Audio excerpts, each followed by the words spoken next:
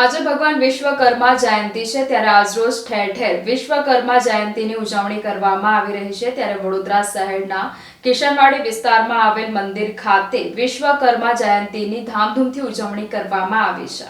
प्रतिवर्ष माक्षर सुद तेरसना दिवसे भगवान विश्वकर्मा जयंती उजवाय छे त्यारे संस्कारी नगरी वडोदराना किशनवाड़ी विस्तारमां आवेल मंदिर खाते भगवान श्री विश्वकर्मा जयंतीनी उजवणी करवामां आवी छे। આજરોજ કિશનવાડી મંદિર ખાતે વિશ્વકર્મા જન્મ જયંતિ નિમિત્તે 33 વર્ષ પૂર્ણ થયા છે ત્યારે સર્વ સમાજ એકત્ર થયા હતા અને પૂજા અર્ચના કરવામાં આવી હતી। સાથે જ ભગવાન શ્રી વિશ્વકર્મા જયંતીની ઉજવણી કરવામાં આવી હતી। આજે 22 ફેબ્રુઆરી श्री भगवान विश्वकर्मानी जयंती है अने आ विश्वकर्मा जयंती महोत्सव में दर वर्षे आ जग्याए खूब धामधूमथी उजवीए छे अने अमारा बधा सहकारीओ छे, अमारा समाज बांधवो अने खूब सहर्षथी आ प्रोग्राम में सहभागी थता होय छे अने आ कार्यक्रमथी अमारा बधामां बहु उत्साह वधे छे।